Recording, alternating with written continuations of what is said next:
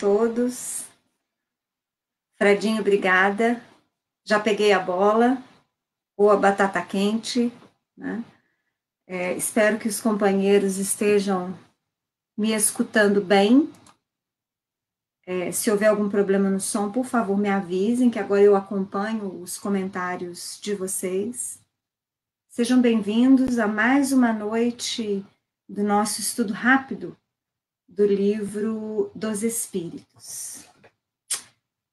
O Dalai Lama, na contracapa do livro Código da Vida, de Kazuo Murakami, ele disse as seguintes palavras: a humanidade do século XXI enfrenta desafios que não podem ser resolvidos só pela ciência ou só pela religião. Precisamos fundir nosso conhecimento espiritual com o conhecimento científico moderno para superar o sofrimento. Esse livro, Código da Vida, de Kazuo Murakami, esse é um cientista muito reconhecido, um grande dos principais geneticistas do mundo. E ele vem desenvolver, nesse livro Código da Vida, uma série de raciocínios que se aproximam muito daqueles que nós, espíritas, estamos também buscando a desenvolver. Retornamos hoje, demos início, então, novamente, ao estudo do Livro dos Espíritos, no capítulo 1, Deus. E é justamente por conta dessa necessidade atual da humanidade, de entendimento e de compreensão para que possamos superar o sofrimento, que nós espíritas buscamos, então, através deste estudo, a compreensão não só de Deus, mas de suas leis que regem as nossas vidas. Nós paramos na questão 9 ontem. Então, hoje, dando seguimento, vamos começar o subtítulo Atributos da Divindade. Na questão 10, Kardec pergunta: pode o homem compreender a natureza íntima de Deus? Não, respondem os espíritos. Falta-lhe para isso o sentido. É muito interessante essa resposta dos espíritos, porque eles nos trazem nessa simples resposta uma possibilidade. E a temporalidade da nossa imperfeição e, portanto, daquilo que nós podemos acessar a título de conhecimento, de compreensão de Deus. Ou seja, eles não nos dizem, não, vocês nunca vão compreender a natureza de Deus, mas nos dizem que, por ora, nós não o podemos compreender em absoluto, integralmente, porque falta-nos um sentido. Nós vamos perceber, então, aí implicitamente, esta noção de desenvolvimento, de evolução constante do ser espiritual que somos. Em vários olhares para a humanidade, para as civilizações, nós vamos ver constante evolução da criatura.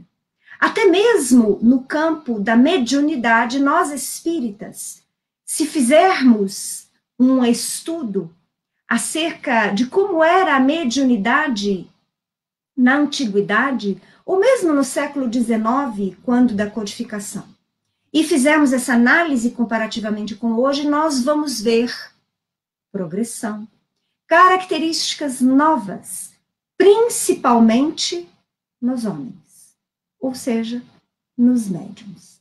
Então, digamos assim, se nós estamos em constante evolução, aperfeiçoamento, aprimoramento, teremos no futuro novos sentidos, desenvolveremos mais ainda as capacidades que hoje já possuímos, ampliando a nossa percepção, a nossa sensibilidade, o nosso entendimento. E lá, mais evoluídos, nós conseguiremos compreender em absoluto a Deus. Kardec continua: será dado um dia ao homem compreender o mistério da divindade? Isso na questão 11. E aí, por que ele fala mistério? Porque muitas das questões que eram dirigidas às religiões tradicionais e dogmáticas do século XIX, e muitas que ainda nós iremos encontrar agora, mesmo agora no século XXI, muitas questões são respondidas tão somente: isso é um mistério de Deus.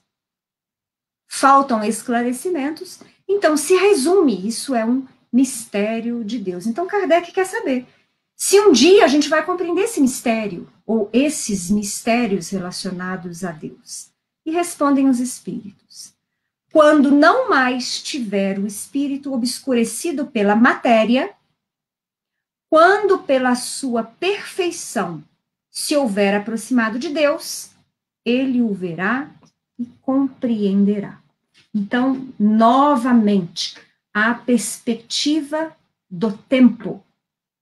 É necessário o tempo, a experiência do espírito imortal, o alargar da sua compreensão, do seu raciocínio lógico e moral, para que ele possa, então, ir acessando informações que antes não tínhamos capacidade para assimilar. Se nós fizéssemos uma viagem muito rápida ao tempo de Jesus, conosco na Terra, nós perceberíamos que uma das grandes motivações que Jesus teve para nos falar através de parábolas, se utilizando de personagens da época, de figuras, de profissões e de características da época, basicamente foi essa forma utilizada por Jesus, porque essas formas nós podíamos assimilar àquele tempo. E olha que muitos de nós, lá estando, não o compreendemos. Nós ousamos dizer, inclusive, que parte das lições, até mesmo os apóstolos, que eram espíritos já comprometidos antes de retornar para participarem dessa revelação, mesmo eles tiveram dificuldade para compreender com profundidade as mensagens do Mestre.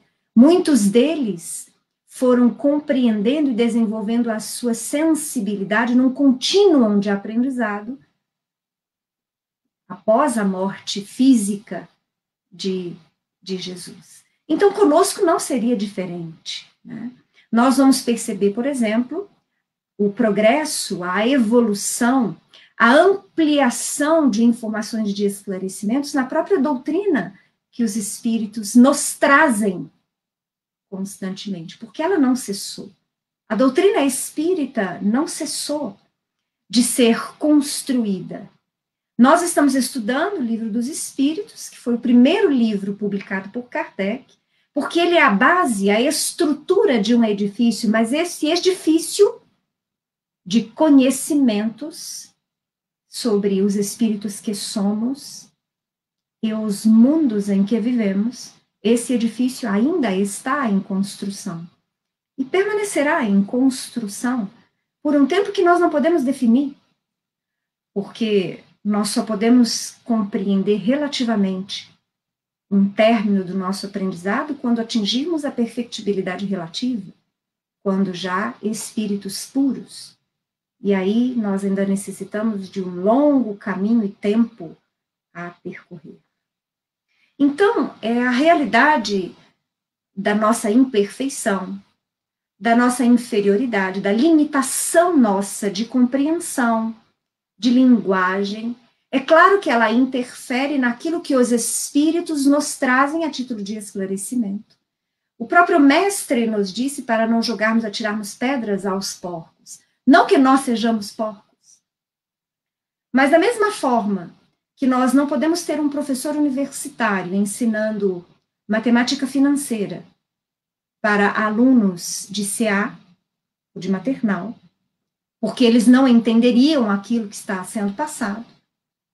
Nós não podemos, nós precisamos, aliás, compreender que também os espíritos vêm nos trazendo informações novas informações, novos esclarecimentos complementares à base trazida de conformidade com o nosso avançar. Na questão 12, Kardec pergunta: embora não possamos compreender a natureza íntima de Deus, podemos formar ideia de algumas de suas perfeições? Então, Kardec aí já concluiu, ele entendeu o que os espíritos disseram, que por ora, essa natureza profunda de Deus nós ainda não conseguimos compreender. Mas aí ele pergunta, mas mesmo a gente não compreendendo em absoluto essa natureza divina, nós podemos ter alguma ideia das suas perfeições?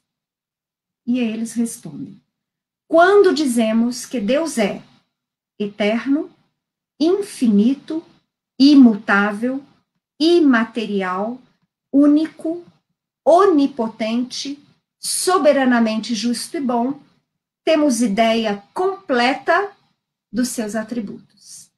Olha só que interessante essa questão trazida pelos espíritos. Deus é eterno, ou seja, ele não tem começo e não tem fim. Nós, por nossa vez, somos espíritos imortais, porque nós tivemos um começo, mesmo que ainda hoje ele permaneça sendo uma incógnita para a criatura encarnada. Mas nós sabemos que somos criados pelo Pai, então tivemos um momento de início. O nosso princípio inteligente iniciou-se em algum ponto da longa trajetória milenar na criação do universo. Mas nós não teremos fim, por isso somos eternos. Mas Deus, por isso somos imortais, mas Deus é eterno, porque não tem começo e não tem fim. Ele não tem começo, porque se ele tivesse começo, a gente teria que pensar em algo anterior a ele. E aí esse algo anterior a ele é que o teria criado, é que o teria antecedido. Então Deus não tem começo. Deus é infinito, justamente dentro daquela concepção de que nós ainda não conseguimos mensurar o que seja Deus. Nós ainda não conhecemos com profundidade, integralmente a Deus. Ele é infinito. Ele é imutável. Porque Deus não é matéria. Ele difere em absoluto da matéria. E a característica, talvez uma das principais características da nossa matéria, é que ela está em constante aperfeiçoamento, em constante evolução, né? A matéria, por si só, é mutável, quando Deus é imutável. Daí as suas leis, pelas quais ele se faz presente no universo, serem todas as leis imutáveis divinas. Deus é imaterial, corolário daquilo que nós acabamos de falar. Ele não é matéria, ele é algo muito além da matéria e do princípio que nós somos. Então, nós podemos afirmar que ele é imaterial. Deus é único e onipotente, porque ele é a força criadora primeira. É a inteligência suprema, como os espíritos já nos responderam na questão número 1. E justamente porque é único, ele é onipotente. Então, as suas leis são imperiosas em todos os universos. Não há ninguém superior a Deus, superior ao nosso Pai. As suas leis são regras destinadas a todos os seres da criação. E ele é soberanamente justo e bom.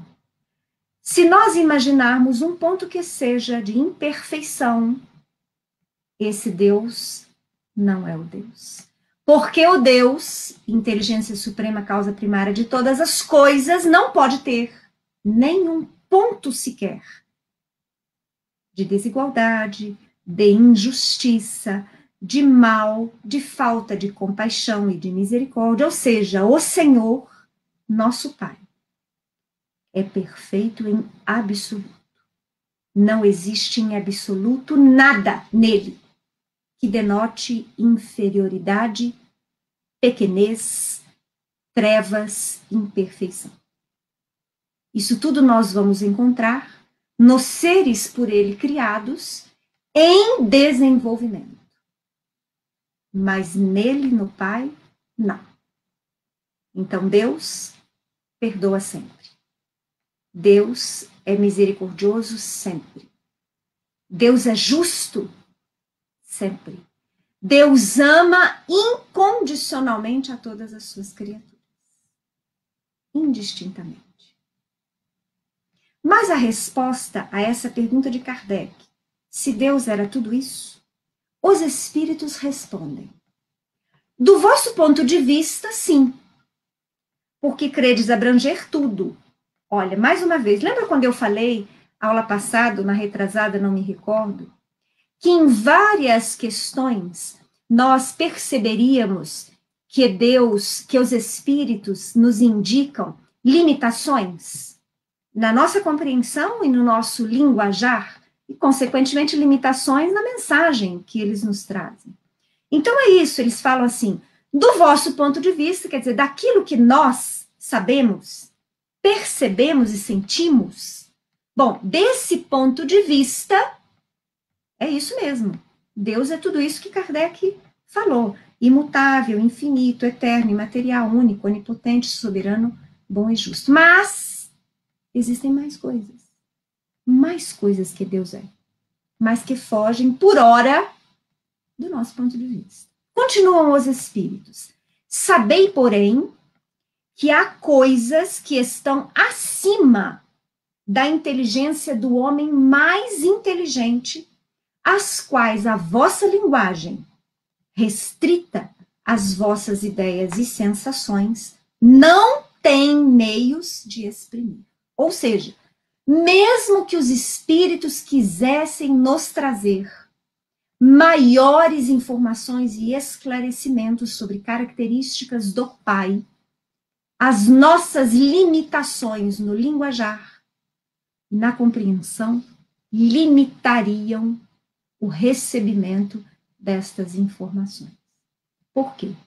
Porque o nosso linguajar, aquilo de que falamos, e basicamente aquilo que é fonte, então, dos nossos pensamentos, do nosso entendimento, baseia-se naquilo que nós temos contato, nas nossas ideias, nas nossas sensações. Então, nós temos limitações próprias, características nossas desta época do nosso espírito. Mas no futuro, mais ampliados, mais perceptivos, mais inteligentes, muito mais avançados em compreensão, mais informações nós teremos acerca de tudo que Deus é. Continuam os espíritos. A razão com efeito vos diz que Deus deve possuir em grau supremo essas perfeições. Porquanto, se uma lhe faltasse, ou não fosse infinita, já ele não seria superior a tudo, não seria, por conseguinte, Deus. Para estar acima de todas as coisas, Deus tem que se achar isento de qualquer vicissitude e de qualquer das imperfeições que a imaginação possa conceber. E aí, esse subtítulo nós encerramos. E vamos entrar no último subtítulo desse capítulo 1, que tem como título o panteísmo, tem subtítulo o panteísmo. Mas eu queria ressaltar essa frase que vocês estão lendo, que eu acabei de ler na resposta da questão 13, para que vocês meditem sobre isso. Há coisas que estão acima da inteligência do homem mais inteligente, as quais a vossa linguagem restrita às vossas ideias e sensações não tem meio de exprimir. Vejam só, se o Espiritismo tivesse chegado um século antes, 2 séculos antes, ele não teria prosseguido, porque nós não teríamos linguagem o suficiente, nem raciocínios para acompanhar o que os espíritos vinham trazer. Nós vamos perceber que na década de 30, 40, quando Chico psicografou parte da obra inicial do espírito André Luiz, nós vamos perceber que no início foi difícil para Chico, principalmente o livro Nosso Lar. Ele guardou um tempo esse livro, porque ele achava que as criaturas não iriam compreender, iam achar que ele estava mistificando. E isso efetivamente se deu no início, né? Alguns espíritas, inclusive, chegaram a questionar vamos dizer assim, a clareza da mediunidade de Chico.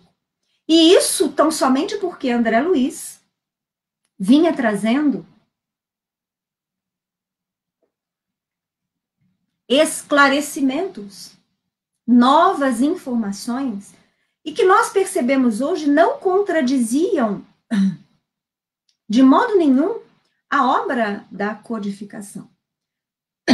Então vocês vejam a dificuldade que é para nós, espíritos encarnados e espíritos desencarnados nos planos mais próximos à Terra, de acompanhar esse avançar do conhecimento espiritual. E daí nós compreendemos por que Kardec nos alerta a todos espíritas. Espíritas, amai-vos, instruí-vos. Porque sem o desenvolvimento do amor, do nosso lado moral, afetivo, sensível, bondoso, e sem o desenvolvimento do nosso intelecto, da experienciação no raciocínio lógico, na compreensão daquilo, do meio onde vivemos, das nossas relações, a gente não consegue avançar no entendimento como espíritos que somos. Vocês vejam, por exemplo, agora na questão 14. Kardec pergunta: Deus é um ser distinto? Ou será, como opinam alguns, a resultante de todas as forças e de todas as inteligências do universo reunidas? É a doutrina do panteísmo, quer dizer, que diz que nós somos pedaços de Deus e que ao desencarnar seremos como gotas que retornam ao oceano, ou seja, perderíamos inclusive a nossa individualidade retornando ao todo. Então, era uma teoria na época. Kardec perguntou se isso é verdade e respondem eles: se fosse assim, Deus não existiria, porquanto seria efeito e não causa. Ele não pode ser ao mesmo tempo uma e outra coisa. Deus existe. Disso não podeis duvidar e é o essencial. Eu adoro o restante dessa resposta, vocês vão ver por quê. Crede-me, não vades além. Não vos percais num labirinto donde não lograríeis sair. Isso não vos tornaria melhores. Antes, um pouco mais orgulhosos, pois que acreditaríeis saber, quando na realidade nada saberíeis. Deixai, conseguintemente, de lado todos esses sistemas. Tendes bastantes coisas que vos tocam mais de perto, a começar por vós mesmos. Estudai as vossas próprias imperfeições, a fim de vos libertardes delas, o que será mais útil do que pretenderdes penetrar no que é impenetrável. Ou seja, em outras palavras, o estudo, o avançar da filosofia, a busca de conhecimento, quando equilibrado e harmonioso, é essencial para as criaturas. Mas desde que esse estudo também seja realizado a título individual, de aperfeiçoamento da própria criatura.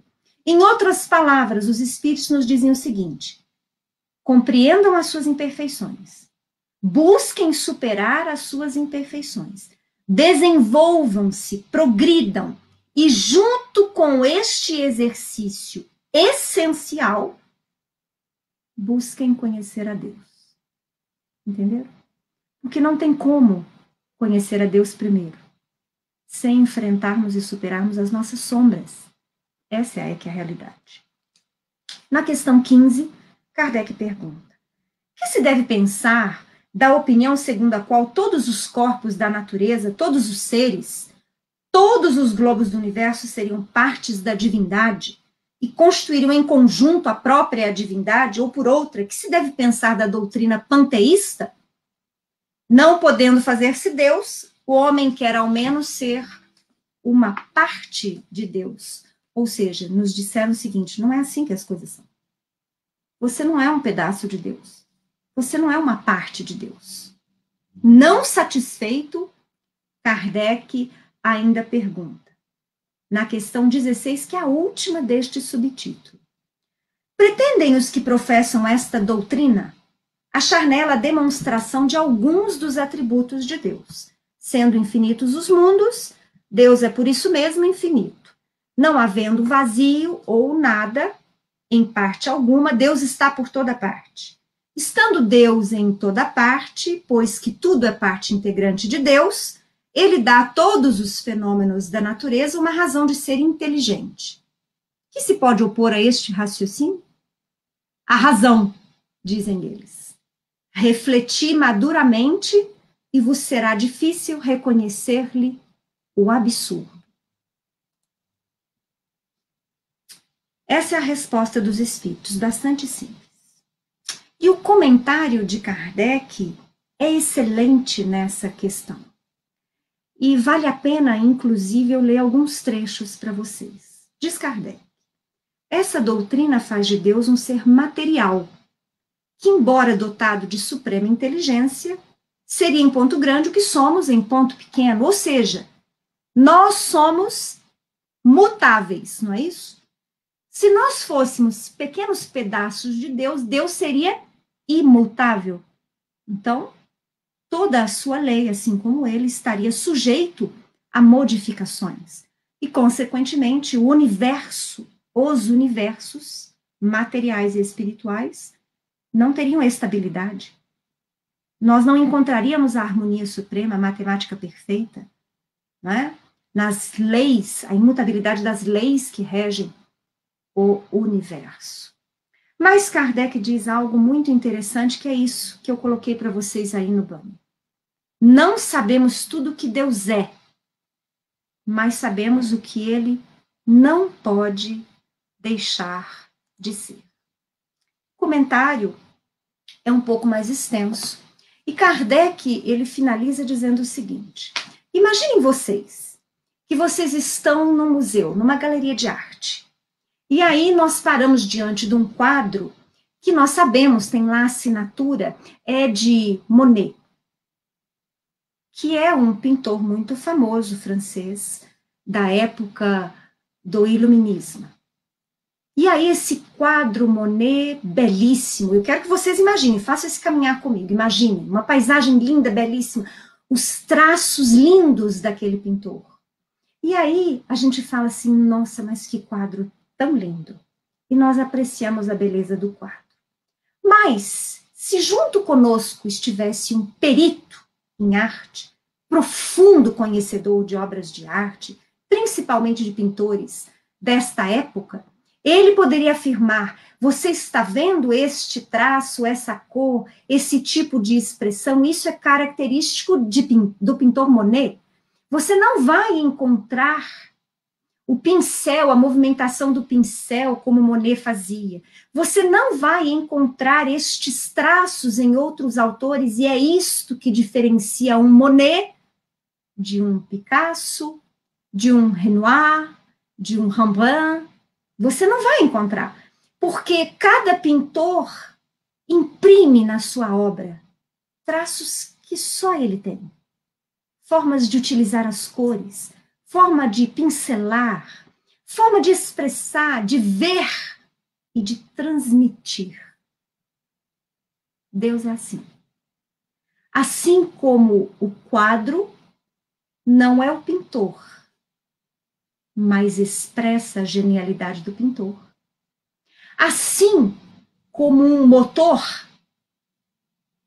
define, indica nele a genialidade do engenheiro, nós trazemos características que indicam a genialidade a suprema inteligência do nosso Criador. Mas não somos pedaços do nosso Criador. E aqui a gente encerra esse capítulo 1 do Livro dos Espíritos, e eu quero agradecer a presença da Maria Lúcia, da Alessandra, da Vita, da Amabile, da Viviane, do Agnaldo, meu professor de StreamYard, sem ele nós não estaríamos aqui. Agradeço a presença da Magali, do Carlos Caiafa, meu tio por empréstimo muito querido, da Suzélia Alcântara, da Elisete e de todos os outros que ao longo dos próximos dias irão acessar essas nossas aulas breves, 30 minutinhos só. Agradeço muito a presença de todos vocês, espero que vocês tenham gostado, espero que não tenha sido cansativo. Aí, já atravessamos o primeiro capítulo. E na semana que vem, na terça-feira, às 7 horas da noite, nós estaremos aqui de retorno para iniciarmos o estudo do capítulo 2, se Deus quiser. Uma boa noite a todos, um bom final de quinta, uma boa sexta, bom fim de semana. Um grande abraço.